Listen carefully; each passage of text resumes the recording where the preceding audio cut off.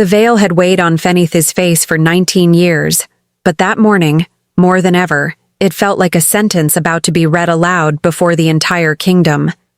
Her fingers were cold despite the heat of the crowded hall, her heart pounding so hard she feared the nearest guests might hear it beneath the golden lace. Her whole life had led to this single moment, the impossible promise her father had made at her mother's deathbed, the rumors that had grown like smoke for 19 years. A beauty capable of bewitching any man, a face too dangerous to be seen before the proper time. No one had ever known the truth, not even she anymore, could quite separate who she was from the legend built on top of her silence. And now, at the altar, stood an Alpha King promised to her since the cradle, neither of them ever having had any say in the matter. A man who, by all accounts, feared this moment more than any battle he'd ever faced, terrified of what he might find beneath that veil. But what he saw, in front of the entire court, left everyone in absolute silence. If you love intense wolf stories with destiny and twists, go ahead and subscribe to the channel right now. So subscribe and turn on notifications so you don't miss any chapters. And how about we get to know each other better? I'm Maggie Reed, the author of these stories, and you? Drop a comment below with your name and what city you're watching from. The veil arrived before her in every room of her life, and because of that, Feni the Velspardorian had almost completely forgotten the exact shape of her own face. She ran her fingers along the delicate fabric whenever she needed reminding of who she was underneath it. A texture as light as smoke, but as heavy as a sentence repeated for 19 years, ever since her father made that ridiculous vow before the entire council. No one will see my daughter's face until her wedding day. You're twisting the hem again, said her lady's maid Grelda, not looking up from her embroidery. You'll ruin the finish before you even make it to the altar. I'd rather ruin the hem than ruin what's left of my sanity thinking about what's going to happen 3 days from now, Fenithi muttered, releasing the fabric like it had bitten her fingers. The Alpha King is more nervous than you are, from what I hear. I highly doubt that. Fenithi stood and walked to the narrow window of her chambers, the veil swaying around her like a personal fog that followed her everywhere. He's only nervous because he's spent his whole life listening to silly stories about me. I'm the one who's going to have to live with his disappointment for the rest of my life. Grelda scoffed. Nonsense. You're the wittiest woman I've ever known, and I've served 3 generations of this family. Wit doesn't pay the rent in beauty, Greldy, and the rumors about me promised enough beauty to sink entire kingdoms. It was true, and Fenithi knew exactly where it came from. When she was a baby, a fortune teller who'd had one too many drinks at her naming celebration had declared loudly that the girl would grow up with a face capable of bewitching any man who dared look upon it. No one had ever verified that prophecy, of course. The veil made sure of that. But the rumor had grown like a weed over 19 years, gathering more outlandish details with every tavern it passed through. At 12, they said her eyes shone like liquid moonlight. At 15, that her skin had the shimmer of rare pearls. Now, on the eve of her wedding, the rumors had escalated to openly comparing her to siren song creatures, capable of making even seasoned generals forget their own names. Fenithi knew exactly how far that was from the truth, and that, more than anything else, was what terrified her most. 20 leagues away, in the castle training hall, Alpha King Bregorn Duskil Vorn was on the verge of a full existential crisis in front of his entire war council, though he flatly refused to admit it. You're distracted, said his oldest general, Halvorn, easily sidestepping a strike that, on any other day, would have been dangerous. For the 4th time this week. I'm not distracted. You just tried to attack your own shadow. I was testing its reflexes. Halvorn lowered his sword, regarding the king with the weary patience of a man who'd once watched the same Alpha lead armies without flinching and was now watching him mentally trip over a simple bridal veil. It's about the wedding. It's not about the wedding. Bregorn. Fine, it's about the wedding. The king tossed his practiced sword aside harder than he'd meant to, and it stuck in the dirt like an accusation. Halvern, you've heard the stories. The whole kingdom's heard the stories. A beauty capable of bewitching any man, capable of making generals forget entire battles just by looking at her. And I'm going to lift that veil in front of the whole court, every ambassador, everyone who's already placed bets on what's underneath it, and what if I simply forget how to speak? I've seen grown soldiers faint just from secondhand descriptions. Imagine what's going to happen when I actually see her, in front of the entire court, with no chance to fake composure. Halvern crossed his arms, clearly fighting the urge to laugh in his king's face. You realize how ridiculous this sounds, right? An alpha who's faced hordes of shadow creatures without blinking, now terrified of the possibility that his own bride might be too pretty. When you put it that way, it sounds foolish. It is foolish, Your Majesty.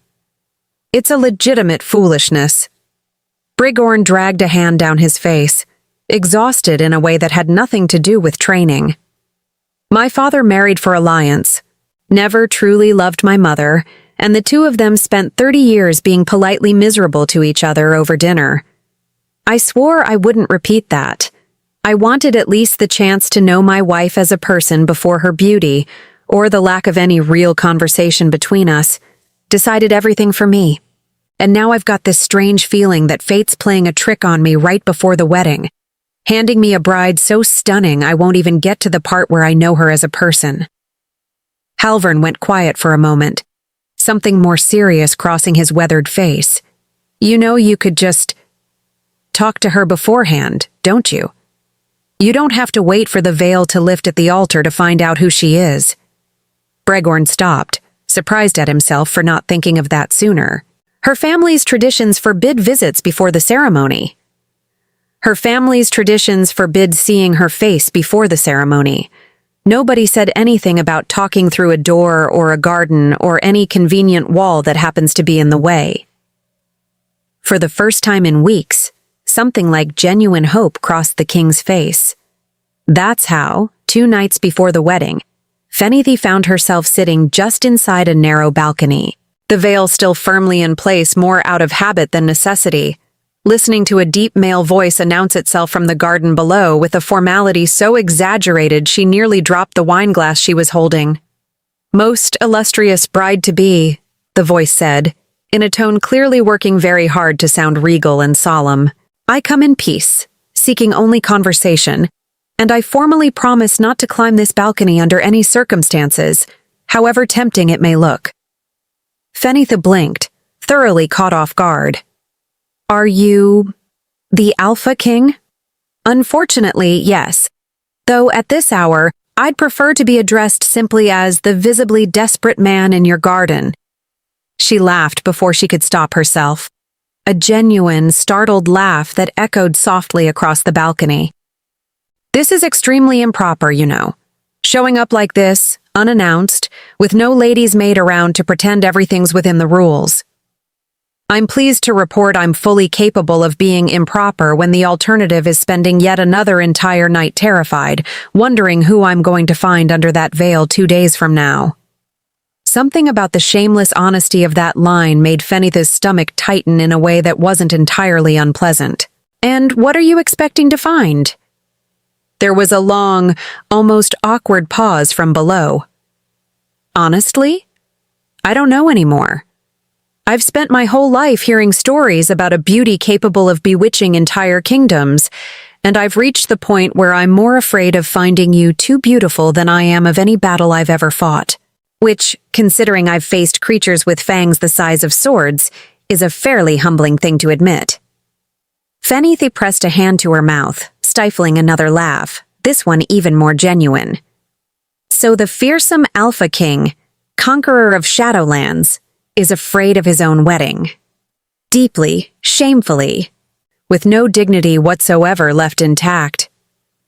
"Well," she said, leaning slightly against the balcony railing, the veil swaying around her as always. "Good thing we've already gotten that out in the open then, because I'm terrified too, just for the exact opposite reason." From the garden below, The silence that followed carried a question neither of them had the nerve to ask out loud just yet, but that somehow they both knew would be answered soon enough.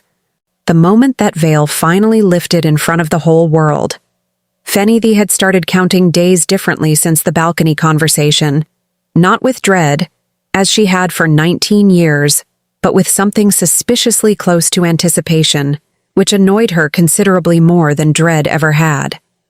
"You're smiling at your needlework," Grelda observed, not looking up from her own stitching. "You never smile at needlework. You've called it tedious torture on multiple occasions." "I'm not smiling." "You are. It's unsettling. Should I fetch a healer?" "I'm simply in a good mood, Grelda.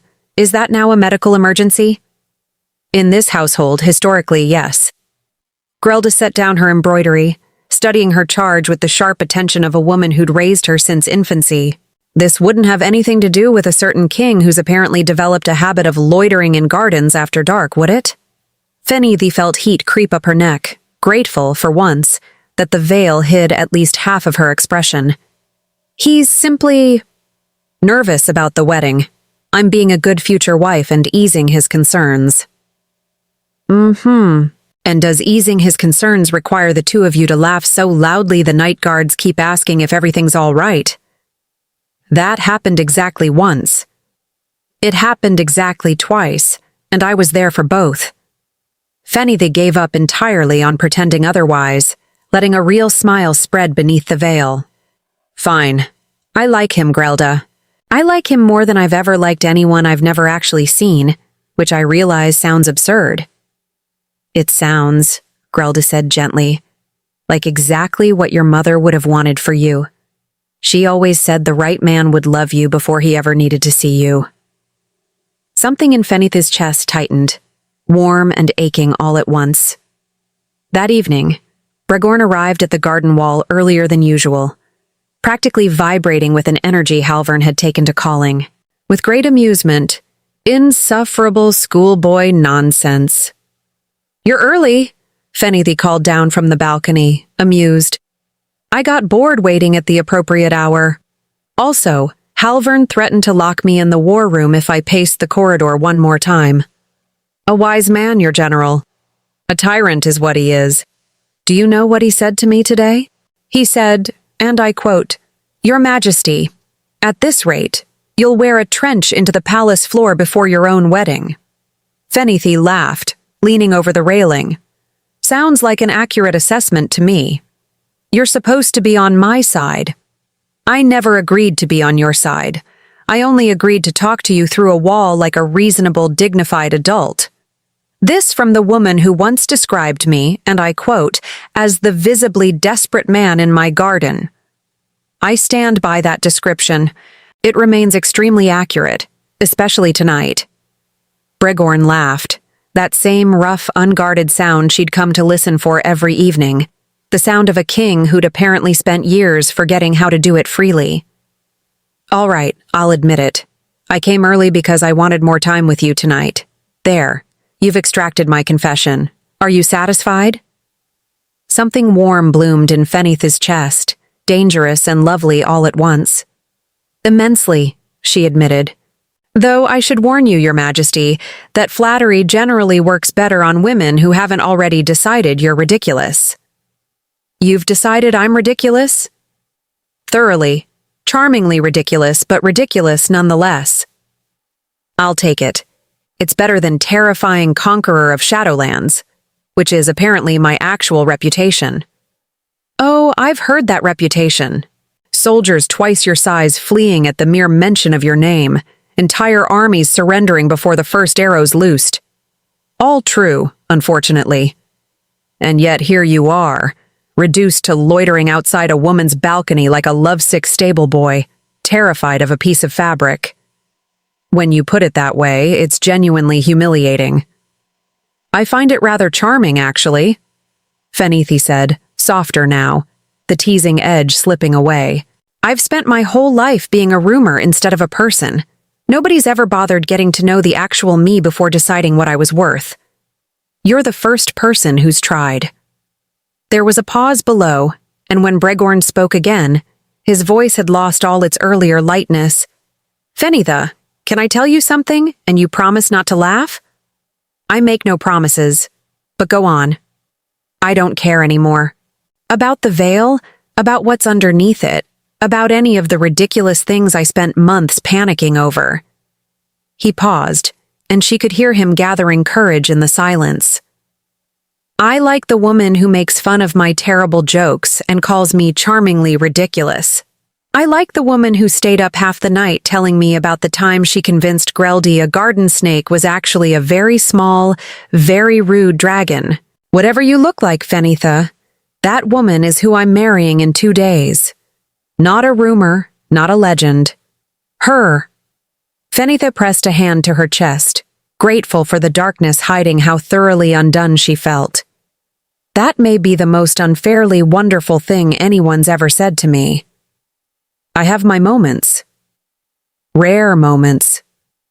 Increasingly frequent moments, actually, now that I've got proper motivation." She laughed again, softer this time, and leaned further over the railing, close enough that if he'd reached up, their hands might almost have touched. "Bregorn, I need to tell you something too. About the rumors." He went quiet, waiting. "They're not—" She hesitated, the old fear rising despite everything. "They're not entirely accurate, the things people say about how I look. I've gathered that rumors tend to grow considerably in 19 years of travel between taverns," he said gently. "I stopped putting much stock in them the second I heard you laugh at my leaf. I mean, at my terrible poetry attempt last week. That poem was genuinely terrible. It was. I'll admit it freely. And you told me so, immediately, without an ounce of flattery, which is precisely when I started suspecting I might be in serious trouble." His voice softened further. "Whatever's under that veil, Fenitha, I already know the woman wearing it. I've known her for 2 weeks of stolen evenings, and I already can't imagine my life without her voice in it." Fenitha blinked back sudden tears, grateful again for the veil's convenient concealment. "You're going to make me cry, and then I'll have to explain to Grelda why my veil is damp, and she'll ask entirely too many questions. Tell her it's allergies, very specific king-shaped allergies. She'll never believe that. Then tell her the truth, that an insufferable poetry-writing fool finally said something right for once, and it caught you off guard." Fenitha laughed, wiping at her eyes beneath the veil, feeling lighter than she had in 19 years of careful, guarded silence. 2 days, she said softly. 2 days, he agreed. And then no more walls between us, no more shouting up at balconies like a fool. Just you and me, and whatever comes next. You say that so confidently. What if what comes next isn't what you expect? Fenith! His voice was steady, warm, utterly certain. I stopped expecting anything 19 years of rumors promised me the moment I actually got to know you. Whatever comes next, I already know it's going to be better than any legend ever could have been. Somewhere in the garden below, a very unkingly rustle suggested Bregorn had just tripped over something in the dark, likely a hedge, possibly his own dignity. And Fenitha's resulting laughter rang out clear and bright across the quiet night, carrying with it every last trace of the fear she'd carried for 19 long years. 2 days, she thought, pressing a hand against her racing heart. 2 days until the whole world would finally see what she looked like. For the first time in her life, she found she wasn't quite as afraid of the answer as she'd always assumed she'd be. The morning of the wedding arrived with entirely too much sunshine, in Fenitha's opinion, given how thoroughly her stomach had turned itself into a small, panicked animal overnight. Stop fidgeting, Grelda said, adjusting the final pin in the ceremonial veil, heavier than the everyday one, embroidered with gold thread that had taken 3 seamstresses 2 months to complete. You'll shake the pearls loose. I can't help it. I feel like I'm about to be sentenced. You're about to be married to a man who spent 2 weeks composing terrible poetry in your honor. That's rather different from a sentencing. Is it, though? Once that veil comes up, Grelda, everything changes. Right now, I'm a voice he adores. In an hour, I'm a face he has to reconcile with everything he's imagined. Fenithy pressed a trembling hand to her stomach. What if the reconciling doesn't go well? Grelda took both her hands, steady and warm. Then he's a fool, and I will personally see to it that he regrets it for the rest of his natural life. But I don't think that's what's going to happen, sweet girl. I've watched you glow for 2 weeks straight. Whatever's underneath that veil, he's already fallen for the woman wearing it. Across the castle, Bregorn was, by his own general's estimation, one poorly timed joke away from a complete breakdown. Stand still, Halvorn said, fixing the ceremonial collar for the 4th time. You've undone this yourself twice already. It itches. It does not itch. You're panicking with your hands. I am not panicking. You attacked your own reflection in the mirror 10 minutes ago. I thought it was an intruder. It was a mirror, Bregorn. The lighting was poor. Halvorn sighed, the sigh of a man who had, over many years, developed an entire vocabulary of sighs specifically for his king's nonsense. You've spent 2 weeks telling me at great and repetitive length that you no longer care what she looks like. That you love the woman, not the rumor. I watched you write actual poetry about her laugh, Bregorn. Poetry. You, a man who once described a sunset as adequately orange. That sunset was adequately orange. That's beside the point. The point is, you've clearly already fallen for her. So why does your face currently resemble a man walking toward an execution? Bregorn was quiet a moment, and when he spoke again, his voice had lost its teasing edge entirely. Because I'm afraid of my own face, Halvorn. Not hers, mine. What if she lifts that veil, and for half a second, just half a second, something in my expression flinches? She spent her entire life being reduced to what people expect to see. If I give her even a heartbeat of doubt, after everything we've built these past 2 weeks... He trailed off, jaw tight. I'd rather face an army barehanded than risk hurting her that way. Halvorn's expression softened, all his usual dry humor falling away. That, he said quietly, is precisely why I think you're going to be all right. A man who's more afraid of hurting her than of anything else in that hall has already made his choice, Bregorn. His face will follow his heart. It always does. The great hall was packed beyond capacity. Every noble family and foreign dignitary within traveling distance crammed shoulder to shoulder for the privilege of witnessing what half the kingdom had spent 19 years speculating about. Fenithy walked the long aisle with her chin held high, veil trembling slightly with each measured step, acutely aware of every whispered conjecture rippling through the crowd like wind through wheat. They say her eyes glow like moonlight. I heard she once made a whole garrison forget their orders. My cousin swears she saw her shadow once, and it was shaped like a swan.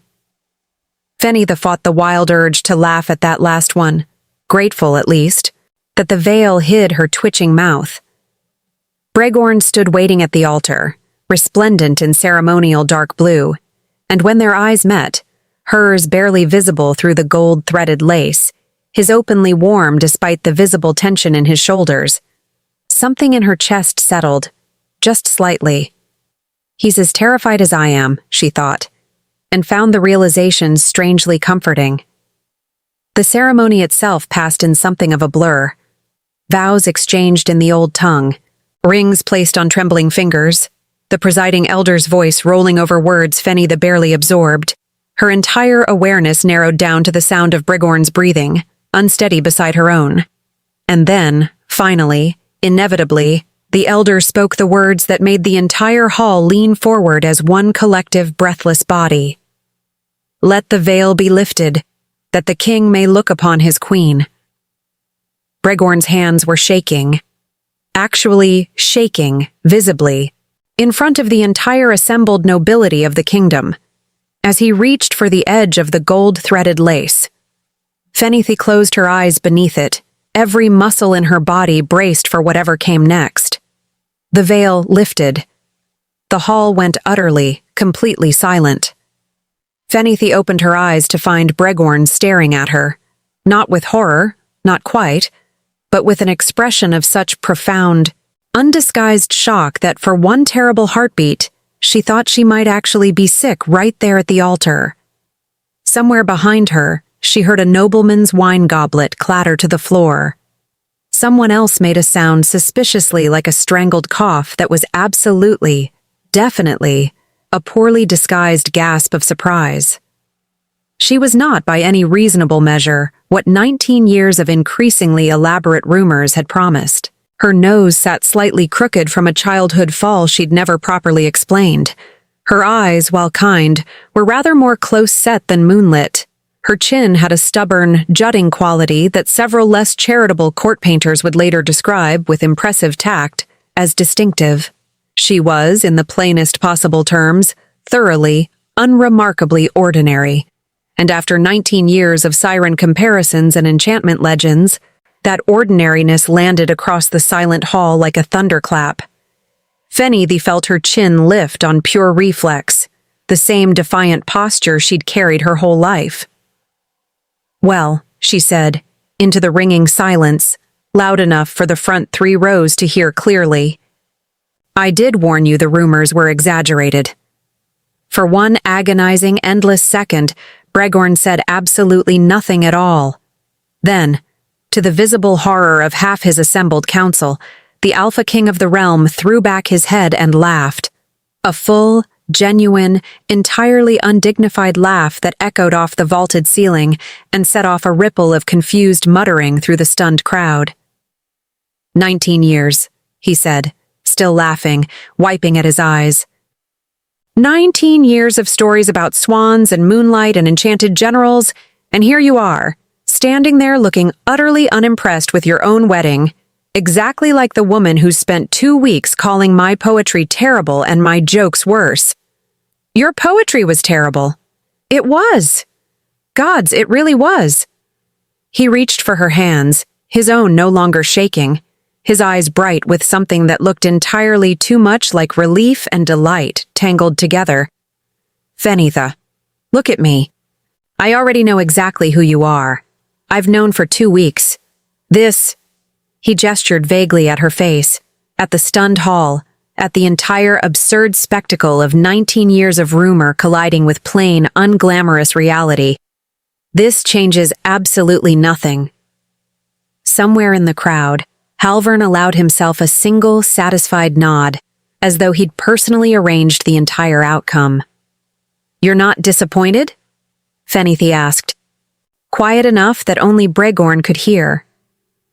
"I'm delighted," he said, with such open sincerity that her breath caught. "The rumors gave me a legend. You gave me someone worth actually falling in love with. I'll take the second one every single time." The hall, still buzzing with confused whispers about swans that apparently didn't exist and moonlight that had never once glowed from anywhere in particular, watched with growing bewilderment as their king pulled his very ordinary, very unbothered new queen into an embrace entirely too affectionate for royal decorum.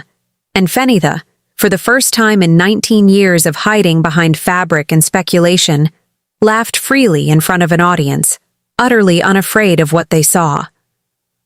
The wedding feast, Fenithy quickly discovered, was less a celebration and more an elaborate exercise in watching an entire kingdom's worth of nobility recalibrate their expectations in real time. "I simply must ask," said Lady Vesserine, a woman whose eyebrows had remained in a state of permanent dramatic elevation since the veil lift. "Were the rumors truly so far off? I do wonder how such things get so terribly exaggerated." "A drunk fortune-teller at my naming ceremony," Fenitha said pleasantly, sipping her wine.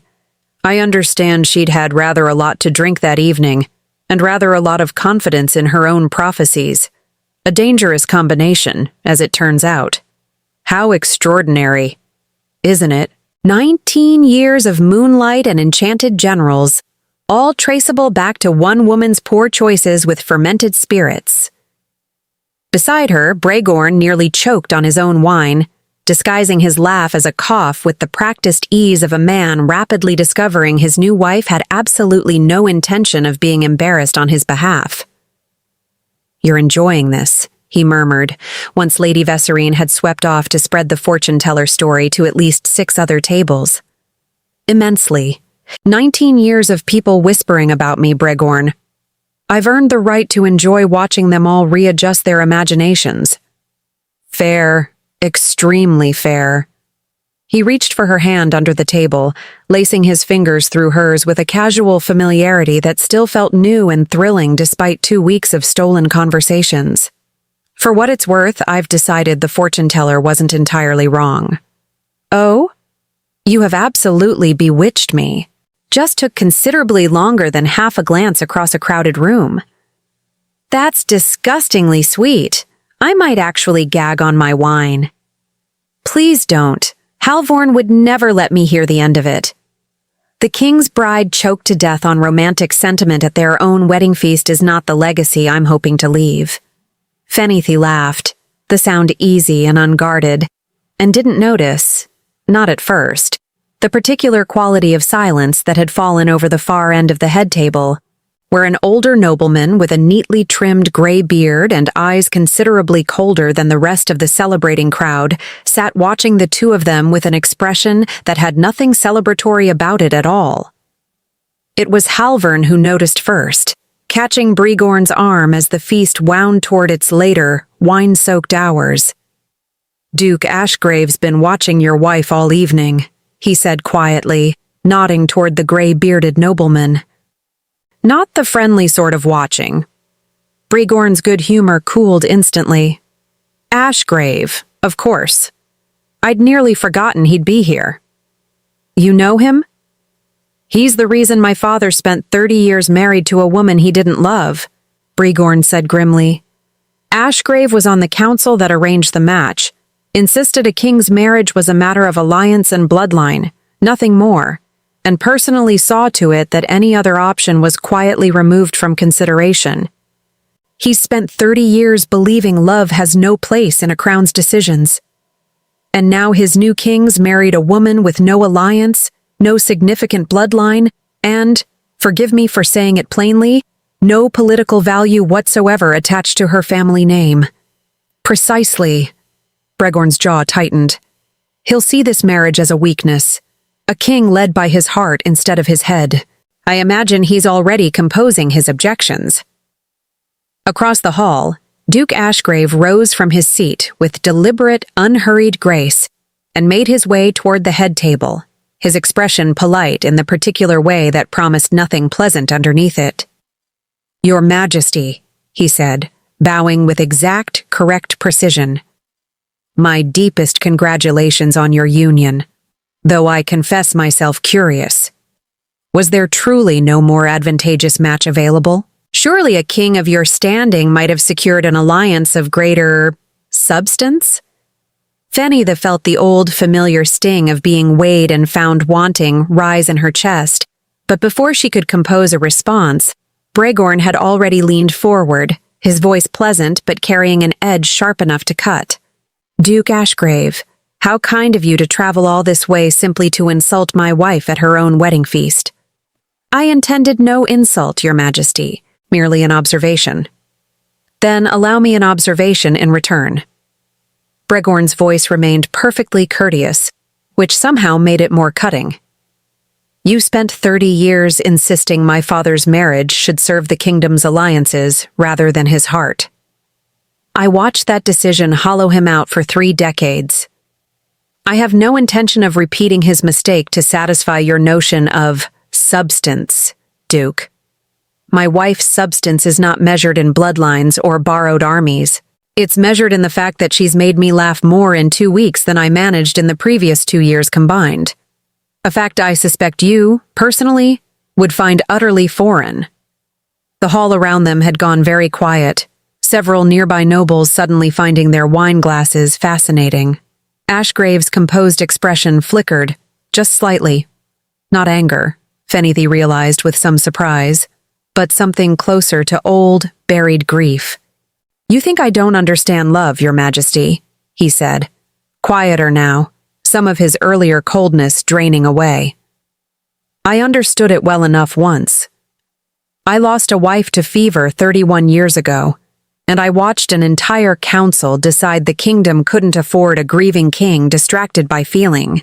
I made certain, after that no future king would be permitted the luxury of that particular distraction, believing, foolishly perhaps, that I was protecting them from precisely the pain I'd endured." He paused, something old and tired crossing his weathered face. "I see now that I simply made certain other men lived my loneliness instead of learning from it. That was never my intention, though I understand it's been the result." The hall's silence took on a different quality, no longer scandalized, but genuinely startled by the sudden, unexpected honesty. Fenithy, surprising herself, spoke before Brigorn could. "I'm sorry about your wife, Duke Ashgrave. Truly." She meant it, and something in her voice must have carried that sincerity, because the old Duke's eyes flickered toward her with unmistakable surprise. "But I don't think protecting people from love ever actually protects them from anything except happiness. I spent 19 years hidden behind a veil because my father thought he was protecting me from the world's judgment. All it did was keep me from ever being truly known. I imagine loneliness dressed up as protection looks remarkably similar, however good the intentions behind it." Ashgrave studied her for a long moment, something shifting behind his cold eyes. Recognition, perhaps, or the particular ache of being understood by someone he'd expected to dismiss. "You're rather more perceptive than the rumor suggested," he said finally, and there was no coldness left in it at all. "Perhaps considerably more valuable to this kingdom than any alliance I might have arranged." He bowed again, this time without any of his earlier stiff formality.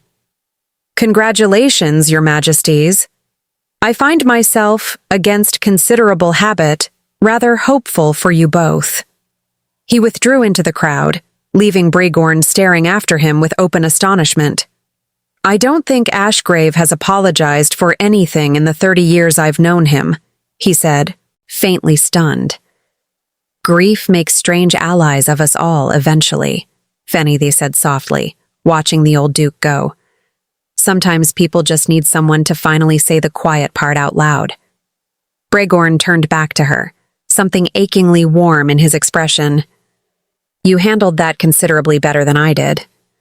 I had excellent motivation. Nobody insults my husband's terrible poetry choices except me."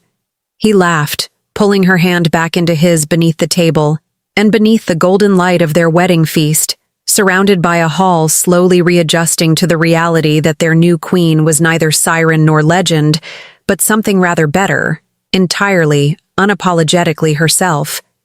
Fenithy felt, for the first time in 19 years, the last threads of old fear finally loosen their grip completely.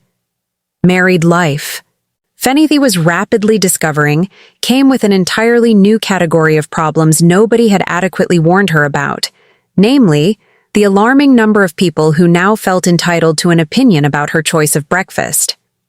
"Her Majesty typically prefers a lighter meal," said Steward Vellum, hovering with the anxious precision of a man who had clearly memorized several outdated etiquette manuals and intended to enforce every single one of them. "Perhaps a small portion of fruit, rather than the entire basket of honey rolls I'm currently holding?" Fenithy asked, not looking up from said basket. "I appreciate your concern for my figure, Vellum, but I've spent 19 years eating whatever I pleased behind a very forgiving veil. I have no intention of stopping now that everyone can see my face." "Of course, Your Majesty. I simply meant—" "You meant that queens are supposed to nibble delicately at lettuce and sigh wistfully at windows. I read the same manuals you did, apparently. I found them tedious." Brigorn, seated across the breakfast table with the particular expression of a man thoroughly enjoying his wife's demolition of palace tradition, made no effort whatsoever to intervene. "You could help," Fenithy told him, tearing into another roll. "And risk Vellum's wrath? Absolutely not." I value my own breakfast privileges too highly. Coward. Strategically cautious, he corrected. There's a difference. Vellum, sensing the battle thoroughly lost, retreated with the weary dignity of a man who had clearly encountered several strong-willed queens across his career and had learned eventually to simply let them win. It was later that morning, walking the castle gardens together in the loose, unhurried way that had quickly become their favorite part of the day, that Fenithy first noticed the change in Brigorn's expression. "You've gone quiet," she said, which, for a man who once composed an entire terrible sonnet about my laugh, is somewhat alarming. "I'm thinking." That explains the furrowed brow. Thinking about what, exactly? He was quiet a moment longer, hands clasped behind his back in the particular posture he adopted whenever wrestling with something he found genuinely difficult. "About my mother," he said finally. "She's arriving next week for the formal presentation. I haven't told you much about her." "You've told me remarkably little, actually. I'd assumed there was a story there." "There is," Brigorn exhaled slowly. "She never approved of my father's marriage, not because she disliked my mother, but because she watched what a loveless match did to him, year after year, and swore she'd never let the same thing happen to me. When I told her I intended to marry someone I'd never seen, purely on my father's old promise to your family, she was furious, convinced I was making exactly the same mistake he did, just from the opposite direction, trading substance for spectacle instead of alliance for duty. And now? Now I have to explain that the woman I fell in love with wasn't the veil, or the rumors, or the legend everyone expected. It was you. Just you.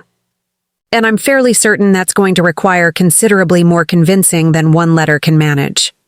Fenithy considered this, something protective and fierce rising in her chest. "Then we'll convince her together. I've spent my whole life being underestimated by people who decided who I was before meeting me. I've gotten rather good at proving them wrong." Brigorn looked at her with an expression so openly fond it made her breath catch. "I don't doubt that for a second." The Queen Mother, when she arrived precisely 1 week later in a carriage entirely too grand for the modest journey it had made, turned out to be a formidable woman named Dresselinde, with sharp eyes that missed absolutely nothing, and a tongue that Fenithy suspected could flay skin at 40 paces. "So," Dresselinde said, settling into the receiving chamber with the unhurried authority of a woman who had ruled beside a king for 30 years, and had no intention of pretending otherwise now. "You're the mystery bride." "I'm the ordinary bride, actually," Fenithy said. The mystery part turned out to be considerably exaggerated. Something flickered in Dresselinde's sharp eyes. Surprise, perhaps, at the lack of nervous flattery. "You're not what I expected." Neither was I, apparently, to half the wedding hall. "I've made my peace with it." Dresselinde studied her for a long, uncomfortable moment, and Fenithy forced herself not to fidget under the scrutiny, chin held high the way it always was, refusing to shrink under judgment the way she'd refused her entire life. "My son tells me you make him laugh," Dresselinde said finally. "He tells me the same about himself, though I suspect he's exaggerating his own comedic talents considerably." "He absolutely is." His father had the same delusion. Told the worst jokes I've ever heard, and remained utterly convinced of his own wit until his dying day. For just a moment, something soft and sad crossed Dresselinde's composed face. Old grief, carefully worn down by years, but not gone entirely. "I loved him anyway, despite the jokes, despite everything the council thought a queen's marriage should be. I loved him, and I watched 30 years of politics slowly convince us both that love wasn't a practical enough reason for anything." "That sounds exhausting," Fenithy said gently. "It was. And lonely, in a way I don't think either of us ever admitted out loud." Dresselinde's sharp eyes found Fenithy's again, something new in them now. Not quite warmth, but the beginning of it. "I didn't want that for my son. When he told me he intended to marry a stranger behind a veil, sight unseen, purely on an old promise, I feared I was watching him walk directly into the same trap that swallowed 30 years of my own life. And now? Now I watch him laugh at breakfast for the first time in years, and argue with his steward about honey rolls, and compose genuinely dreadful poetry that he insists on reading aloud whether anyone asks him to or not. A small, reluctant smile tugged at the corner of Dresselin's mouth. I find myself considerably less worried than I expected to be. Fenithi felt something loosen in her chest, relief, and something warmer underneath it. For what it's worth, Your Grace, I don't think love and practicality have to be enemies. I think they've just been badly introduced by people too frightened of grief to let them properly meet. Dresselin laughed, a real laugh surprised out of her, the same rough, unguarded sound Fenithi had come to recognize in Bregorn. You, she said, are going to be a considerable amount of trouble for this kingdom's traditions. I find I'm rather looking forward to it. I do try. Good. This family's traditions could use a proper shake. When Bregorn arrived moments later, visibly braced for confrontation, he found instead his mother and his new wife laughing together over spiced tea, already deep in what appeared to be a conspiracy regarding Steward Vellum's excessive fondness for etiquette manuals. I feel like I've missed something significant, he said carefully. Your wife, Dresselin said, has excellent instincts and terrible taste in husbands, apparently, though I suppose that's not entirely her fault given the limited selection. I'm sitting right here. Yes, dear, we're aware. Dresselin waved a dismissive hand without looking at him, entirely focused on her tea and her new, rapidly favored daughter-in-law. Go find something kingly to do. The women are talking.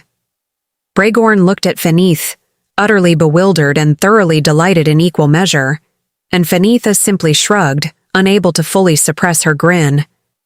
I think your mother likes me, she said.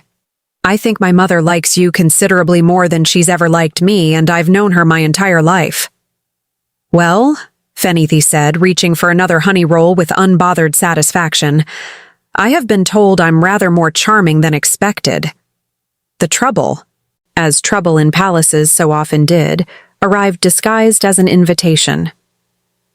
A hunting excursion, Bregorn read aloud, frowning at the elegant scroll over his morning tea. Hosted by Lord Cassavane, in honor of our recent marriage. 3 days, at his estate near the northern border.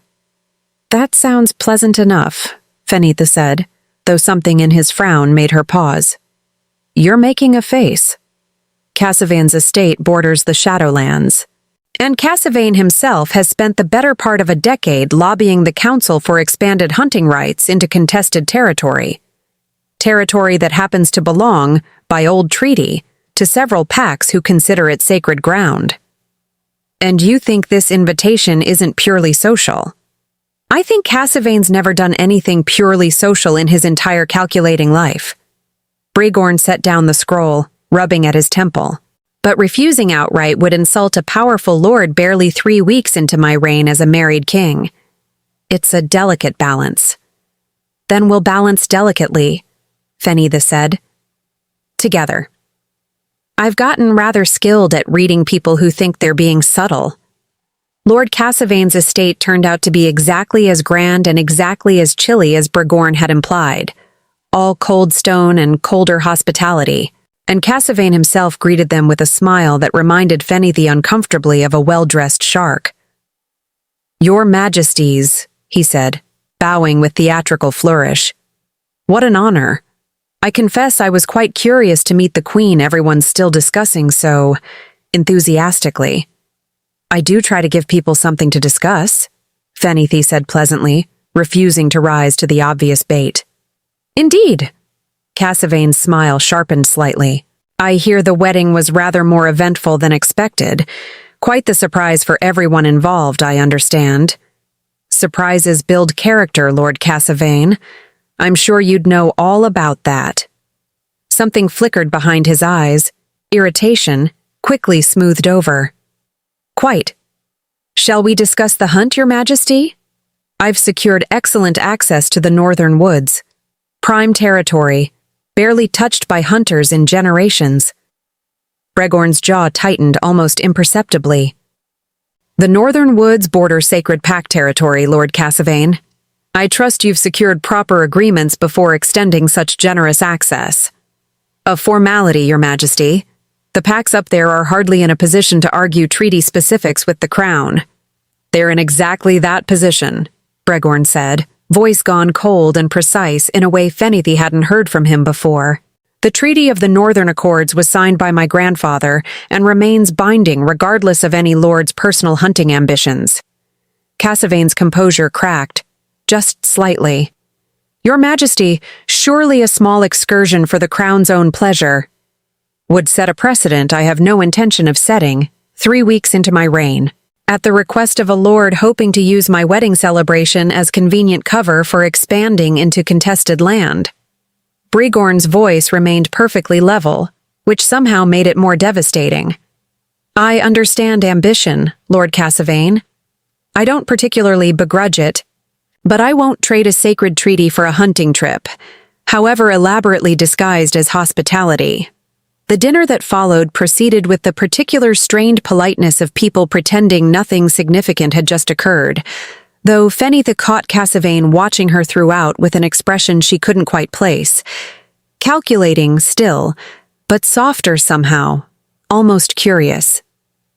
It was later that evening, walking the estate's cold stone corridors alone in search of fresh air, that Fenithy found herself unexpectedly cornered by the very lord she'd been quietly avoiding.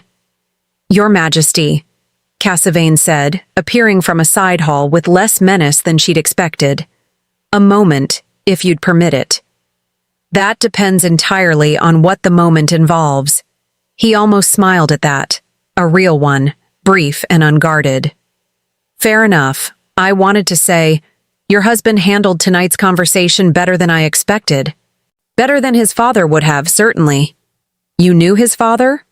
I served under him, briefly, in my younger years. Ambitious even then, though I confess considerably less scrupulous about treaties I found inconvenient. Something old and complicated crossed Cassavane's face. I watched that king slowly harden into someone who'd trade almost anything for advantage. Over 30 years of a marriage that gave him nothing but cold dinners and colder silence. I suppose I've spent my whole career assuming that's simply what kings become. Eventually. Hardened, practical, willing to bend rules for gain. And tonight? Tonight I watched a king refuse easy gain to honor a treaty nobody would have faulted him for ignoring, married to a woman who apparently makes him considerably less inclined toward easy compromise. Cassavane studied her with something almost like reluctant respect. I find myself questioning several assumptions I've held for a very long time. Fenithy considered him carefully, sensing something genuine underneath the calculation. For what it's worth, Lord Cassavane, ambition isn't a flaw. Ambition without honor is simply where things go wrong. I don't think you're beyond finding your way back to the honor part. Something shifted in his expression. Surprise, mostly, at being offered understanding rather than judgment. That's rather generous, Your Majesty, given I spent this whole dinner attempting to manipulate your husband into a diplomatic incident. I noticed. I also noticed you stopped pushing rather quickly once he held his ground. That tells me something, too. Cassavane inclined his head, something almost respectful in the gesture. Perhaps I've simply been waiting a very long time for a crown willing to say no to me properly. It's oddly reassuring, being told no by someone who actually means it. When Fenithy returned to their chambers that night and recounted the conversation, Bregorn listened with visible surprise, then laughed, that same warm, unguarded sound she'd grown so fond of. You spent our wedding trip diplomatically rehabilitating a scheming border lord. I spent our wedding trip being charming and correct, as usual. The rehabilitation was simply a pleasant side effect. Remind me never to underestimate you in a political negotiation. Wise husband.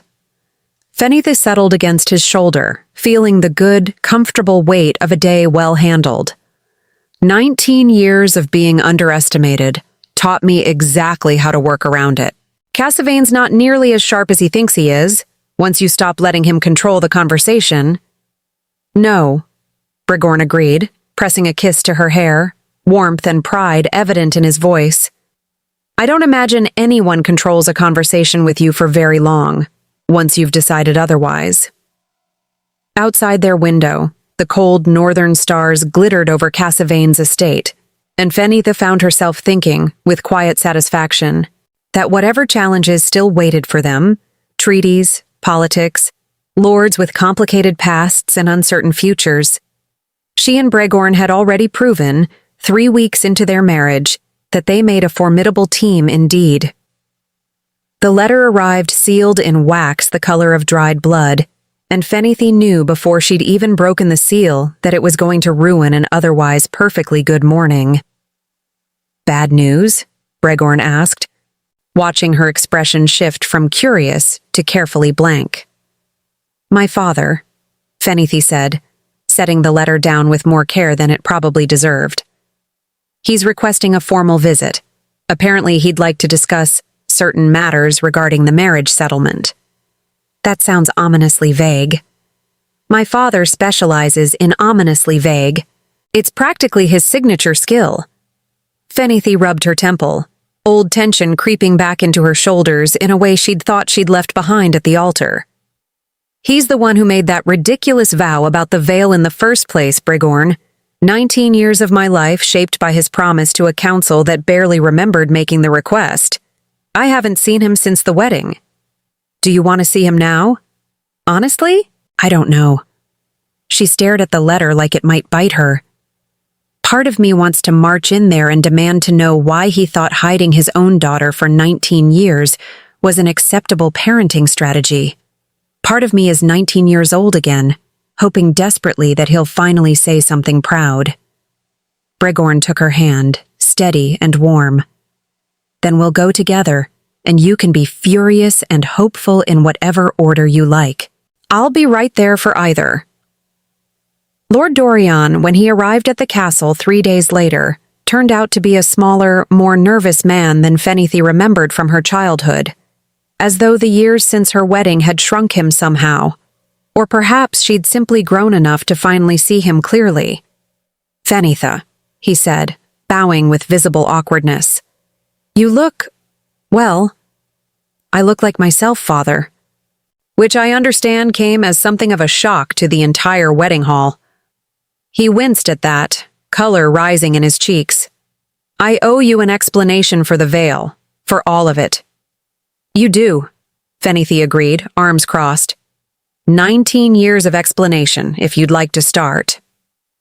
Lord Dorian sat heavily, looking, for the first time in Fenitha's memory, genuinely old.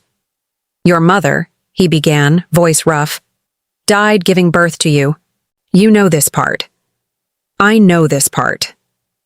What you don't know is that in her final hours, delirious with fever, she made me promise something foolish. She'd heard whispers her whole pregnancy, servants gossiping about a fortune-teller's drunken prophecy, about a daughter who'd grow into dangerous, enchanting beauty. She was terrified, Fenitha, terrified some ambitious lord would use you, marry you purely for that supposed beauty, use you as a political tool the way so many daughters were used in those years. She made me swear I'd protect you from that fate, hide you until you were old enough, powerful enough, to choose your own match rather than have one forced upon you by men who only saw the rumor, not the girl. Fenitha felt something crack open in her chest, old anger tangling suddenly with something far more complicated. So you hid me, for 19 years, behind a veil based on a fever dream and a drunk woman's prophecy. I hid you, her father said, voice breaking slightly, because it was the only promise I had left to keep for the woman I loved, and I was too afraid of failing it to consider what it might cost you instead. I told myself I was protecting you. I never once stopped to ask if you wanted that particular protection. He looked up at her, eyes wet. I've spent 19 years watching you grow into a woman I barely know, because I was too busy keeping a dying woman's promise to actually raise a daughter. I am sorrier for that than I know how to say. The room went quiet, and Fenithi found herself staring at her father, really looking at him, perhaps for the first time in years, seeing not the distant, unreachable figure of her childhood, but a grieving man who'd made an impossible promise and spent 2 decades drowning in it. "You should have told me," she said finally, voice thick. "All those years, Father. I thought I was hidden because something was wrong with me, because I wasn't worth seeing. You were the only thing I did right," Lord Dorian said, and the raw honesty in it stopped whatever anger Fenithi had left in its tracks. "Every single day, watching you grow into someone so much stronger than I ever managed to be. I just didn't know how to say that without unraveling entirely." Brigorn, who had remained quietly at her side through the entire conversation, spoke gently. "For what it's worth, Lord Dorian, she turned out remarkably well, promise or no promise. Sharp, funny, considerably braver than most soldiers I've commanded." Fenithi's father managed a small, watery smile. "She gets that from her mother, all of it." Something in Fenithi finally softened, 19 years of careful distance cracking just slightly at the edges. "I'm still angry," she said. "I think I'll be angry for a while yet." "That's fair. But I understand it a little better now. The why of it, at least, even if the how still feels like a wound." She reached out, hesitant, and took her father's trembling hand. "Perhaps we could try again. Slowly. I have considerably more practice at forgiveness than I used to, apparently." Lord Dorian's eyes filled with tears he made no effort to hide. "I would like that very much, Fenithi. More than I know how to properly express." Later that evening, walking the garden alone together while her father settled into guest quarters for the first extended visit of her adult life, Fenithi found herself unexpectedly at peace, the old anger settling into something quieter, more manageable. "You handled that beautifully," Brigorn said.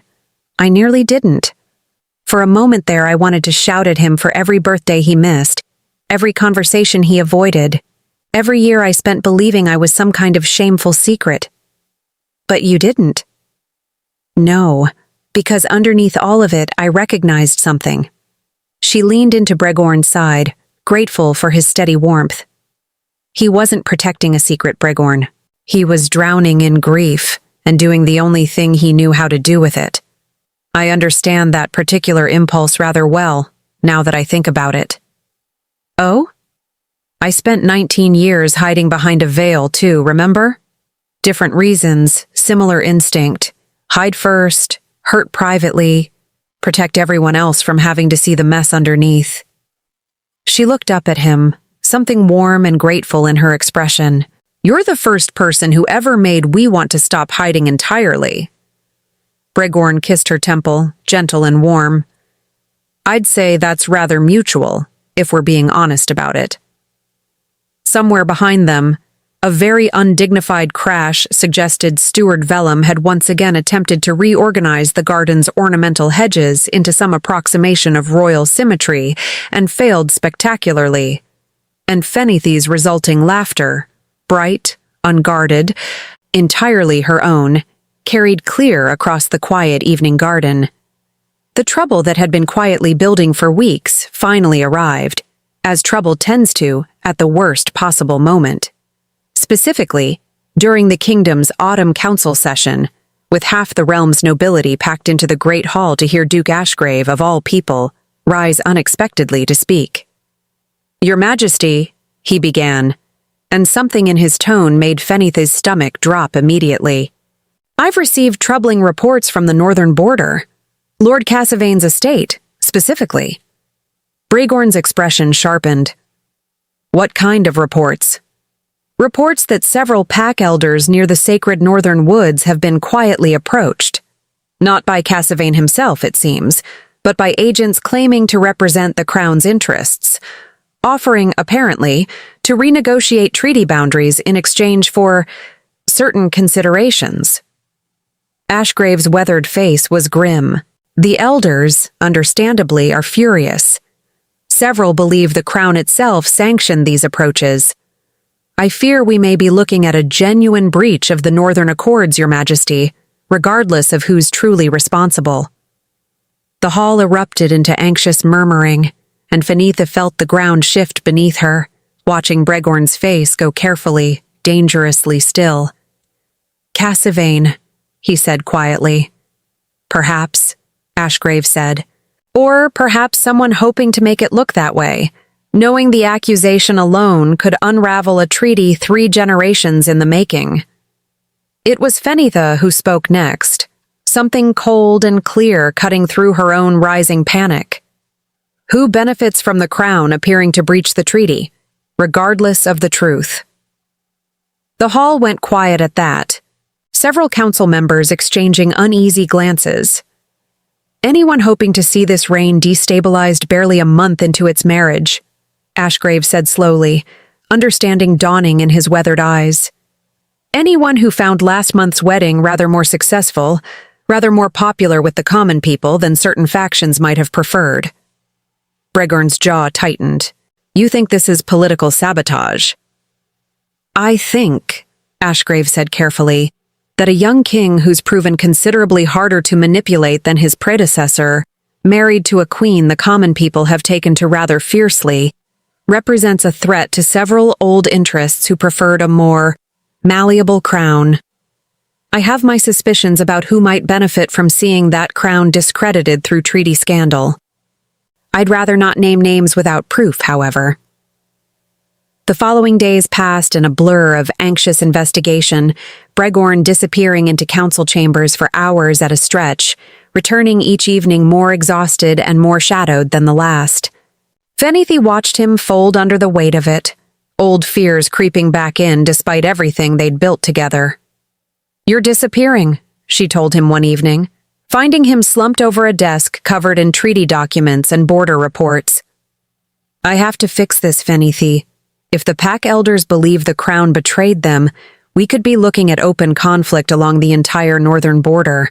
Generations of peace, unraveled because someone wanted to prove a point about my marriage. Then let me help. This isn't your burden to carry."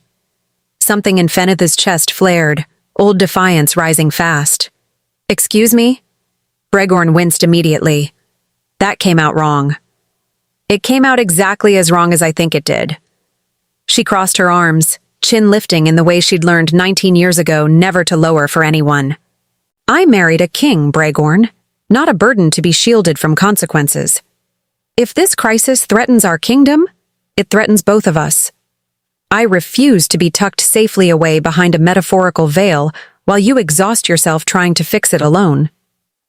He looked up at her, something shifting in his exhausted expression. Recognition, perhaps, of exactly how much that particular phrase must have cost her to say. "You're right," he said quietly. "I'm sorry. Old habits, apparently. My father shielded my mother from everything difficult for 30 years, and look what that marriage became. I promised myself I wouldn't repeat his mistakes, and here I am, repeating them within a month." "Then stop," Fenitha said, gentler now, sitting beside him. "Tell me everything. Let me actually help, rather than simply comfort you after the fact." So he did. Every detail, every suspicion, every piece of the treaty puzzle threatening to unravel 3 generations of hard-won peace. And Fenitha listened with the same sharp, unbothered focus she'd brought to every challenge in her carefully hidden 19 years. "The pack elders," she said finally once he'd finished. "You said they were approached by agents claiming crown authority. Did anyone actually see these agents' faces?" One elder described a man with a distinctive silver ring, Cassavane's household crest, as it happens. Then Cassavane's the obvious suspect, almost too obvious. Fenitha frowned, turning the puzzle over carefully. What if that's precisely the point?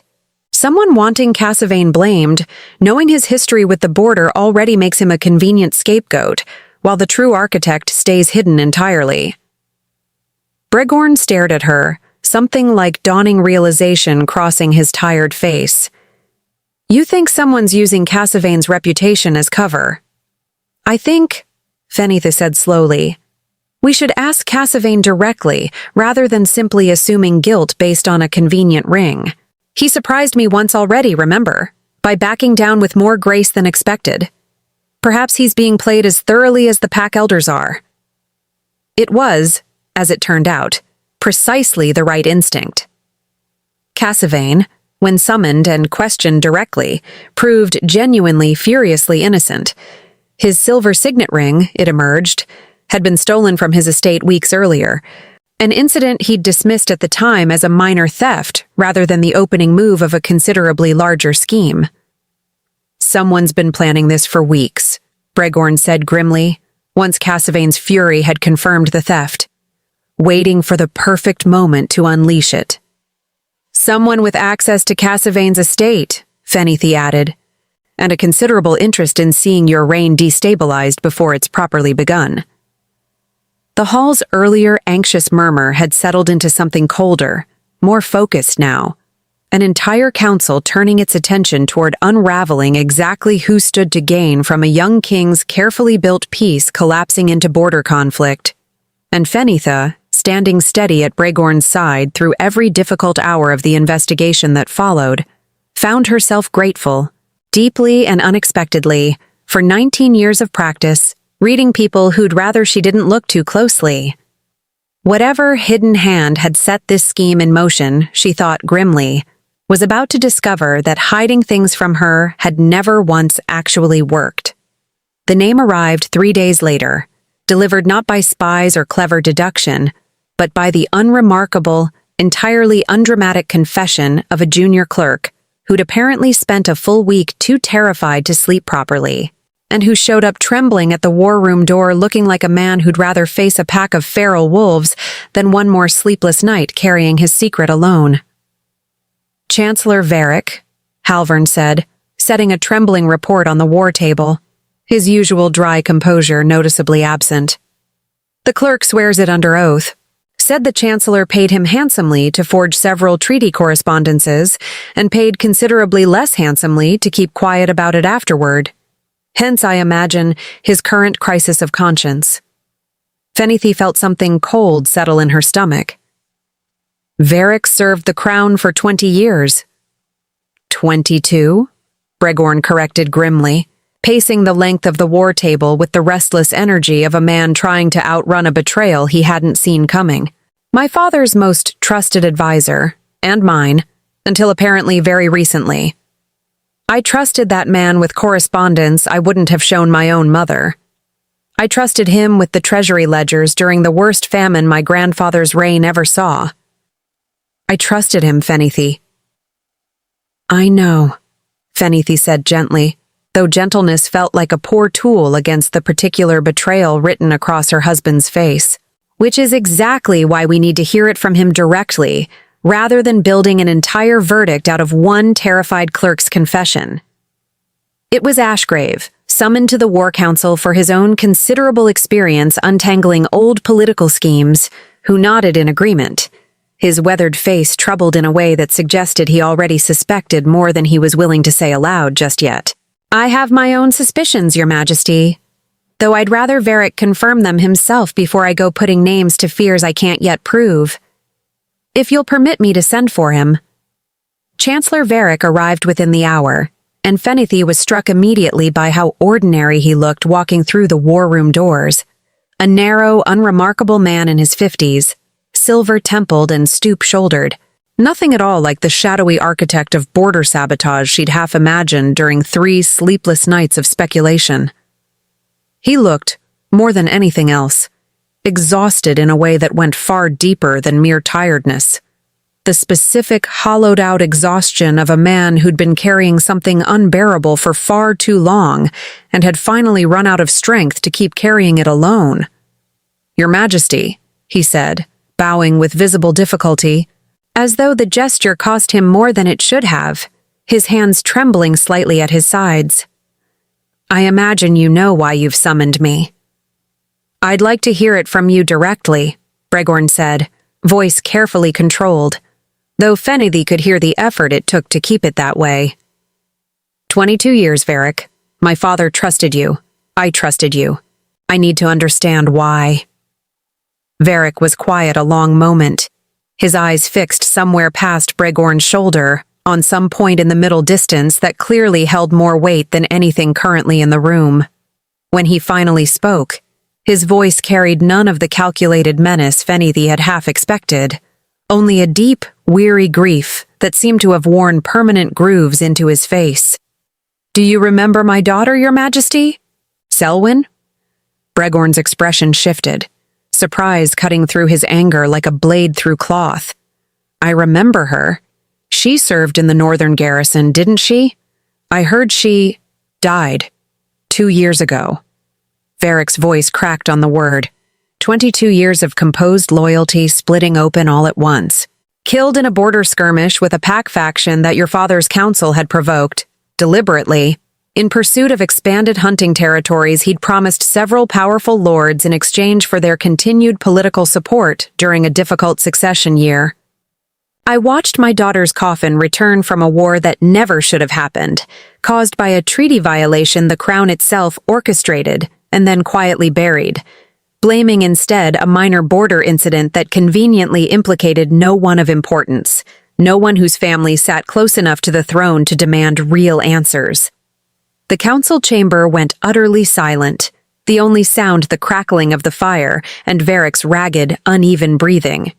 "I told myself," he continued, voice steadying into something colder, harder, "that if I could simply prove the Crown was capable of the exact same treaty violations again, provoke it into a border scandal so undeniable that the whole kingdom would finally have to reckon with what happened to my daughter, perhaps her death would finally mean something, perhaps someone, anyone, would finally be held accountable, even if it wasn't for her specifically. Even if the accountability came sideways, dressed up as an unrelated scandal." He looked up, meeting Bregorn's eyes directly for the first time since entering the room. "I never intended actual war, Your Majesty. I intended exposure. A reckoning long overdue, delivered however I could manage to deliver it.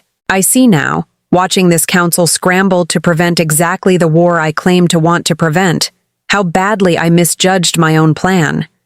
How badly grief, left to fester unwitnessed for 2 years, can curdle a reasonable man into someone willing to risk exactly the tragedy he claims to be preventing." Fenithy felt something complicated rise in her chest. Anger still, at the very real danger he'd created, the innocent lives that could have been lost to a war built on manufactured scandal. But underneath it, an aching, unwelcome recognition of grief twisted into something destructive by 2 years of unaddressed injustice, of watching a system close ranks around its own convenience, while a father buried his daughter alone. "You could have come to me directly," Bregorn said, quieter now, some of his anger softening into something more like sorrow, more like genuine grief of his own. "Told me what happened to Selwyn. I would have investigated. I would have held someone accountable, Varric. I swear it on everything I hold sacred." "Would you have?" Varric's voice was raw, cracking further with each word.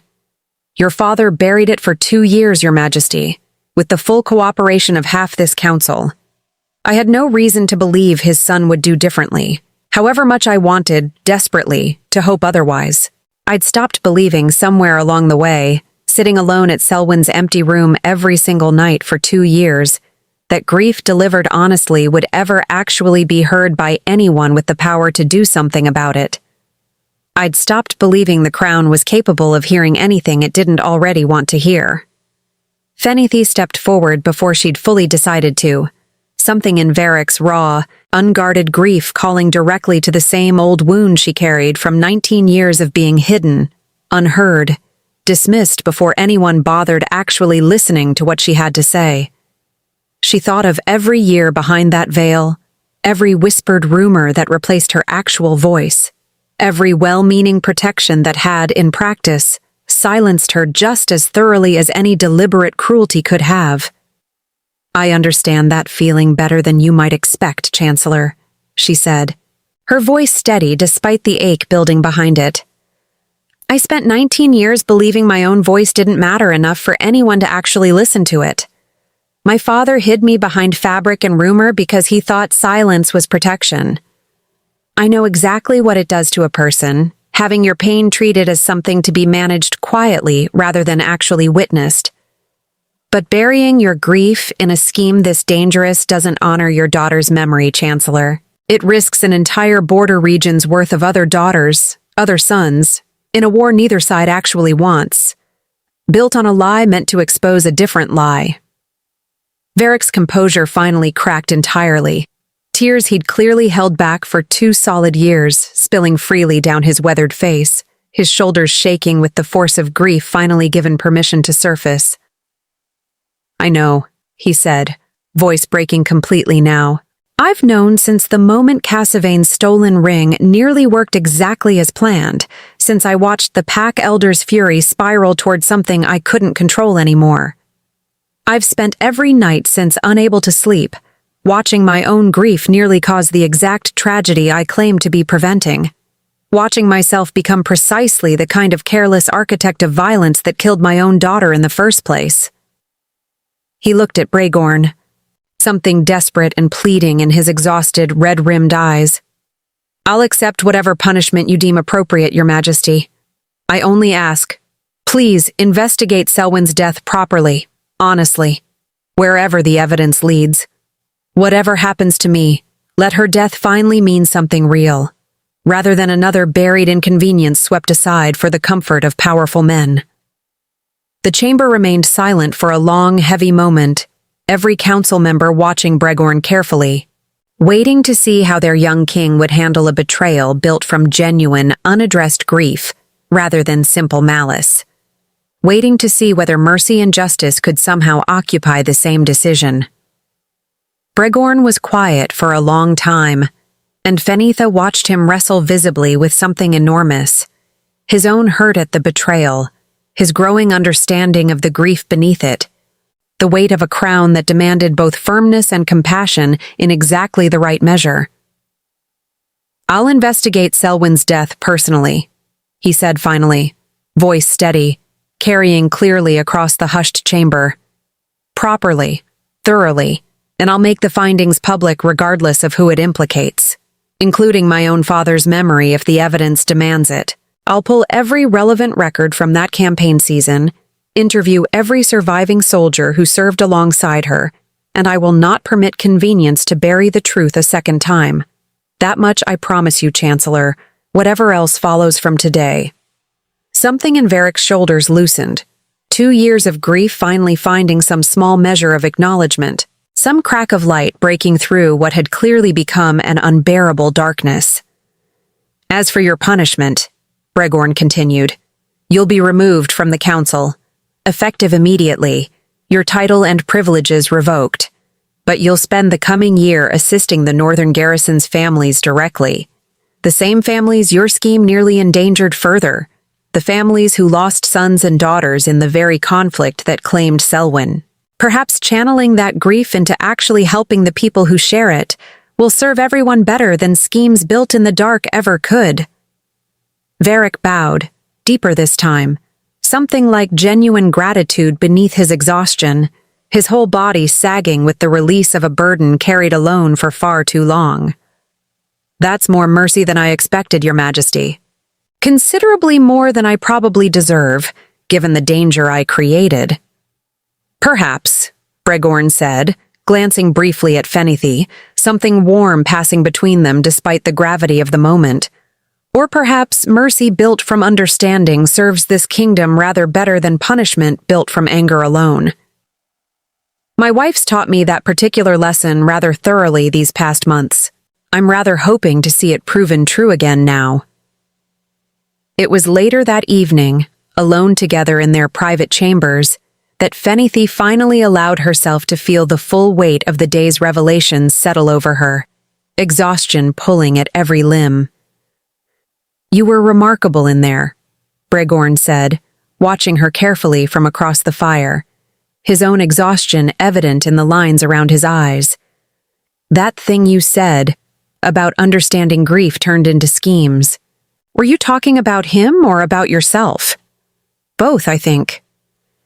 Fenithy sank into the chair by the fire, suddenly exhausted in a way that had nothing to do with physical tiredness, and everything to do with the particular weight of watching someone else's old wound crack open in front of an entire council.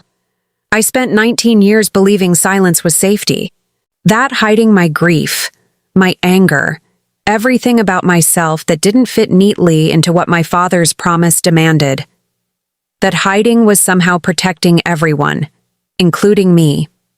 I understand exactly how grief left unheard curdles into something dangerous, something desperate.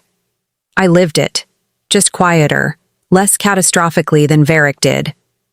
I never plotted a border scandal, but I understand the impulse that got him there. Bregorn knelt beside her chair, taking her hands gently, his thumbs tracing slow circles over her knuckles. You never curdled into anything dangerous, though. You curdled into someone remarkable instead. Sharp and funny and considerably braver than most soldiers I've commanded. I had you, she said softly, meeting his eyes. Someone who actually wanted to hear the real version, veil or no veil, grief or joy or terrible poetry criticism included. Varric didn't have that, not after Selwyn died. Neither, it sounds like, did your father have it in the end, with your mother, both of them going quietly cold over 30 years of a marriage nobody bothered to actually examine. She squeezed his hands, feeling the steady warmth of him ground her. Perhaps that's the actual lesson in all of this, beneath the treaty scandal and the political sabotage, and the terrified clerk who couldn't sleep. Grief unheard becomes dangerous eventually, one way or another. Grief actually witnessed, actually held by someone who cares enough to sit with it, that becomes something survivable instead. Bregorn kissed her hands, something deeply moved in his expression, his eyes suspiciously bright in the firelight.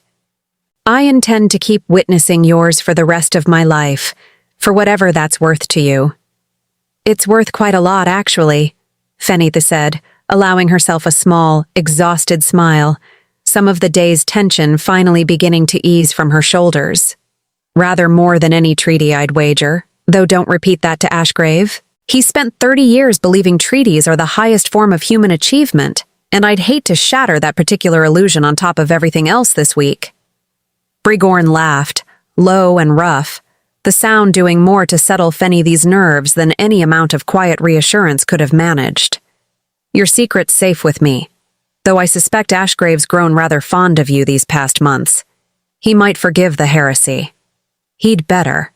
I've grown rather fond of him, too, gruff old grief hoarder that he is. An accurate description, if ever there was one. Outside their window, the northern border finally settled back into quiet, the immediate crisis resolved. Castlevane cleared of wrongdoing and considerably humbled by the ordeal, Varric beginning his year of penance among the garrison families whose grief mirrored his own. And Fenithy, sitting there in the firelight with her husband's hands wrapped around hers, found herself thinking that perhaps the greatest strength of their marriage wasn't the absence of crisis, but their shared, stubborn insistence on facing every single one of them honestly, together, without ever once retreating back behind separate veils, separate silences, separate griefs carried alone in the dark. Tomorrow, Bregorn said quietly, I begin the investigation into Selwyn's death properly. I imagine it won't be pleasant, unearthing whatever my father's counsel buried. No, Fenithy agreed, but it'll be honest. And honest, difficult as it sometimes is, has served us rather well so far. It has, Bregorn said, pulling her gently from her chair and into his arms, resting his chin atop her head as the fire crackled low and warm beside them. Better than any legend the rumors ever promised, as it happens. High praise, Your Majesty. Entirely earned, Your Majesty, he replied, and for a little while at least, in the quiet warmth of their chambers, the weight of the day's revelations settled into something almost peaceful. The particular hard-won peace of two people who had chosen, again and again, to see each other and everyone around them clearly, whatever the cost of that clarity turned out to be. The morning of the Northern Peace Summit arrived cold and clear, frost silvering the castle gardens in a way that made Fenithy think, unexpectedly, of that very first ceremonial veil, heavy with gold thread, hiding a face nobody had properly seen in 19 years, carried down an aisle toward a man who'd been just as terrified as she was. She wore no veil now, walking beside Bregorn through the assembled crowd of pack elders, border lords, and curious nobility who'd traveled considerable distances to witness the formal resolution of a crisis that had, for one tense fortnight, threatened generations of hard-won peace along the northern border. "Nervous?" Bregorn asked quietly, offering his arm as they approached the summit grounds, a wide stone courtyard hung with banners from every represented territory. "Terrified," Fenithy admitted, smoothing an invisible wrinkle from her sleeve. "Though considerably less terrified than I was at our wedding, which I suppose counts as progress of a sort." "High praise indeed, given how thoroughly you traumatized poor Stuart Vellum with your honey roll rebellion that same week. I believe he still flinches at the mere mention of pastries." "He's recovered, mostly, though I did catch him hiding an entire basket from me last Tuesday, muttering something about preserving royal dignity through portion control." Bregorn laughed, the sound warm and easy despite the formality of the occasion, and Fenithy felt some of her nervousness settle at the familiar sound, the way it always did, a small private anchor in the middle of whatever chaos surrounded them. The summit itself proceeded with careful, deliberate dignity. Bregorn stood before the assembled crowd and presented the full investigation into Selwyn Varrick's death 2 years prior. The findings uncomfortable but thorough, implicating several minor lords from his father's era who'd since been quietly stripped of their remaining influence and titles, their names read aloud without softening or excuse. The pack elders, initially wary and cold-eyed, gradually softened as the proceedings continued, watching a young king make good on his promise of honest reckoning rather than convenient burial, watching him name his own father's failures without flinching from the shame of it. It was the eldest of the northern pack elders, a weathered woman named Grethka, with silver-streaked fur still visible in her partial shift, who finally rose to address the gathered crowd, her voice carrying easily across the hushed courtyard despite her age. 2 years, we waited for acknowledgement, she said. 2 years, watching a crown bury its own mistakes rather than face them honestly, watching our own grief treated as an inconvenience to be managed rather than a wound deserving of answers. I confess when this new scandal broke, I expected more of the same. I expected another quiet burial, another convenient scapegoat, another season of watching powerful men protect each other at our expense. Instead, I find a king willing to investigate his own father's failures, and a queen willing to understand grief twisted into desperate schemes rather than simply condemning it outright. She inclined her head toward Fenithy specifically, something like genuine respect in the gesture. "I understand you spoke for Chancellor Varrick's mercy, Your Majesty, despite the very real danger his scheme created for both our peoples."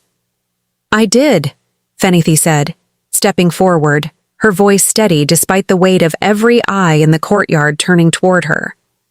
"Because I understand what it costs to carry grief nobody properly witnesses. I spent 19 years hidden behind assumptions about who I was supposed to be, rather than who I actually was. My own father convinced that silence and concealment were somehow protection, when really they were just another kind of loneliness dressed up in good intentions. Chancellor Varrick spent 2 years hidden behind grief nobody properly acknowledged, his daughter's death buried under convenient politics until it curdled into something dangerous. I don't think punishment alone heals that particular wound.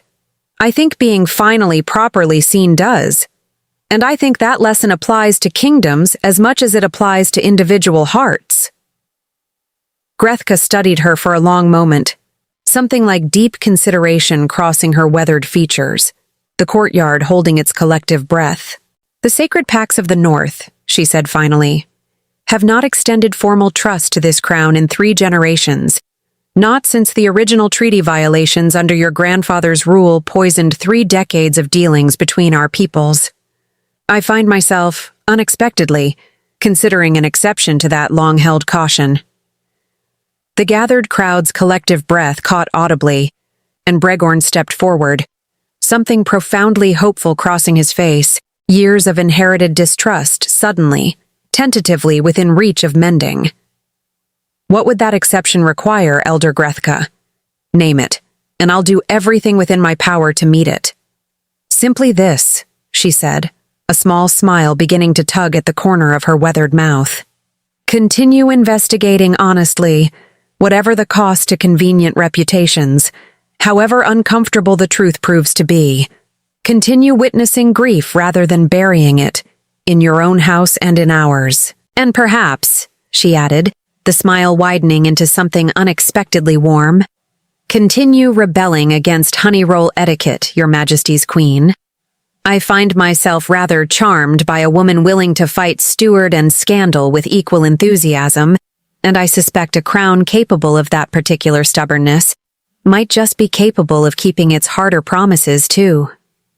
The courtyard erupted into surprised, delighted laughter, tension breaking all at once into something warmer, more hopeful than the gathering had held in generations, and Fenithy felt Bregorn's hand find hers, squeezing tight with relief and pride in equal measure. The formal treaty renewal followed swiftly after, parchment and seals, and old ceremonial words spoken in the ancient tongue of the northern Pax. Elder Grethka herself pressing her clawed hand against the wax alongside Bregorn's royal seal.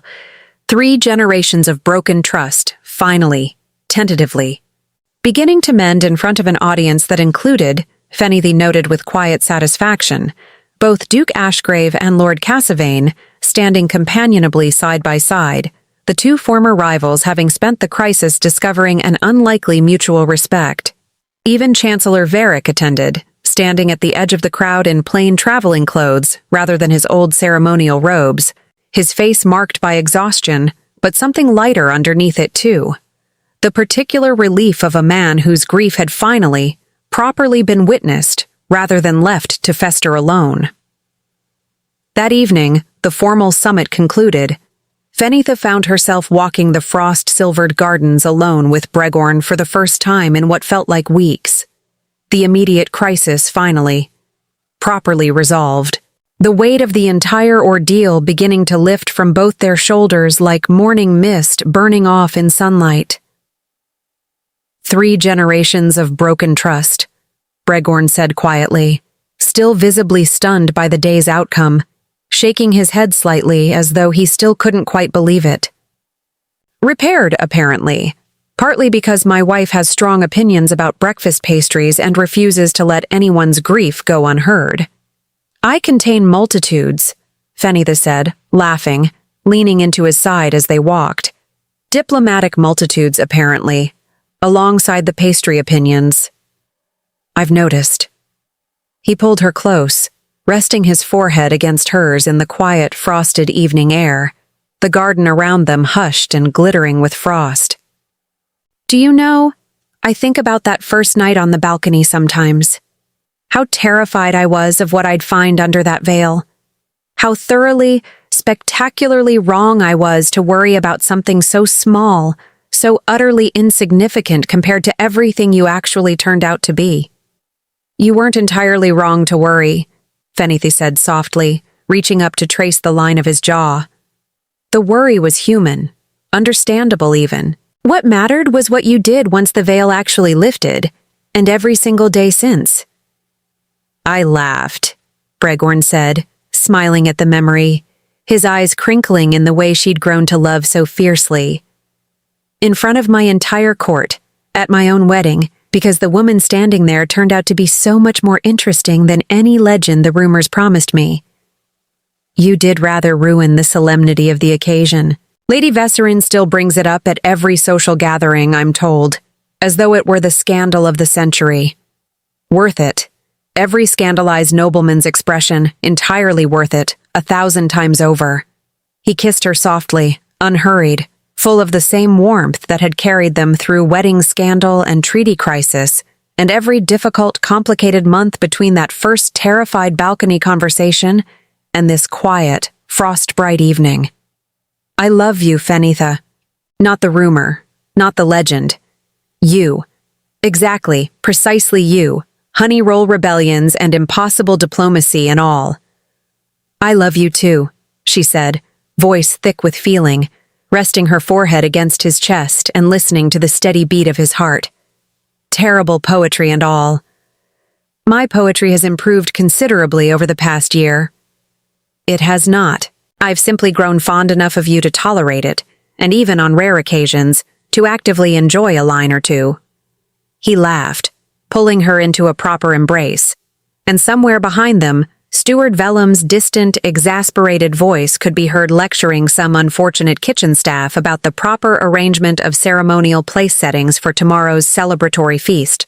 A small, familiar chaos that had, over the past year, become simply the comfortable texture of their shared life together, the ordinary music underneath everything extraordinary they'd built. What happens now? Fenitha asked, resting against his chest, watching the first stars emerge over the frosted garden, feeling more settled than she had in her entire 19 years of careful hiding. Now, Bregorn said, we govern a kingdom that's finally, properly at peace with its northern neighbors, for the first time in 3 generations. We continue disappointing Steward Vellum's etiquette manuals at every available opportunity, much to his ongoing dismay. We visit your father regularly enough that he stops looking quite so surprised whenever we do, and slowly rebuild whatever 19 years of careful distance managed to fray between you. Ashgrave and Cassavane, against every reasonable expectation, seem determined to remain friends, which I suspect will provide endless entertainment for years to come. And we spend considerably more evenings exactly like this one, doing absolutely nothing important, simply enjoying being properly known by each other, without veils or rumors or old griefs standing between us.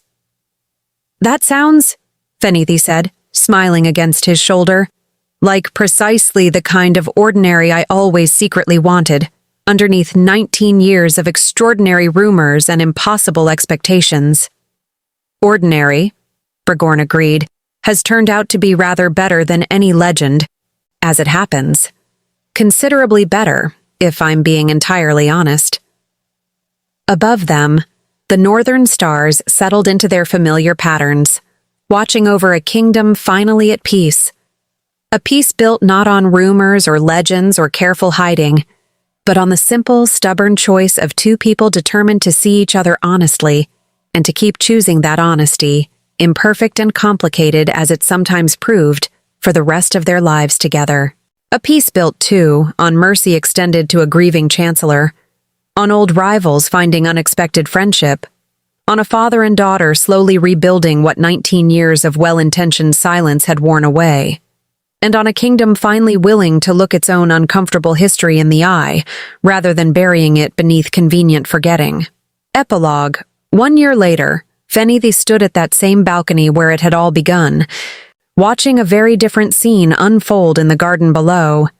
Duke Ashgrave, of all people, laughing genuinely at something Cassavane had said, the 2 former rivals having formed an unlikely, gruff friendship built from shared grief and hard-won understanding over cups of spiced wine they now shared most evenings. Near the fountain, Chancellor Varick returned from his year among the northern garrison families with something lighter in his weathered face than she'd ever seen there before, spoke quietly with Elder Grethka, the 2 clearly deep in the sort of respectful discussion that peace, properly built, eventually allowed between old adversaries turned cautious friends. Her father sat nearby on a garden bench, considerably less nervous than he'd been at their reunion, laughing at something Grelda had said, the 2 of them having become, against all early expectation, fast and comfortable friends over the past year of careful rebuilding.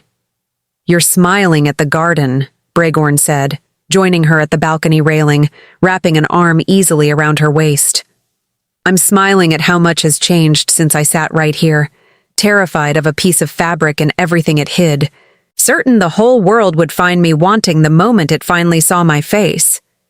You're not hidden anymore. No, Fenitha agreed, leaning into him, watching the warm, easy scene below. Old rivals turned friends. Grief slowly transformed into purpose. A father and daughter finding their way back to each other, one careful conversation at a time. I'm not hidden anywhere anymore, and neither, it turns out, is anyone else who once was. Grief that gets witnessed instead of buried has a curious way of healing, even when it takes considerably longer than anyone would like. Below them, Steward Vellum could be heard lecturing yet another unfortunate kitchen apprentice about honey roll portion sizes, his voice carrying the particular long-suffering patience of a man who had, over the past year, finally accepted defeat with as much grace as he could muster. And Fenny laughed, bright and unguarded, exactly as she had that very first day the veil finally lifted, no longer a rumor, no longer a legend, simply entirely herself and entirely finally home.